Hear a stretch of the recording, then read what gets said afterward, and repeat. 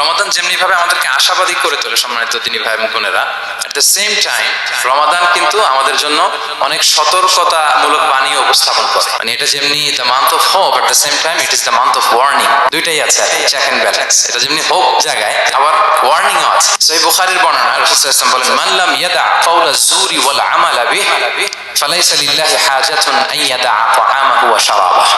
রোজা রেখে যে ব্যক্তি মিথ্যা কথা, মিথ্যা কাজ মানে পাপ কাজ, অন্যায় কাজ ছাড়তে পারলো না, তার না খেয়ে থাকা, না পান করে থাকাতে আল্লাহর কিছু যায় আসে না।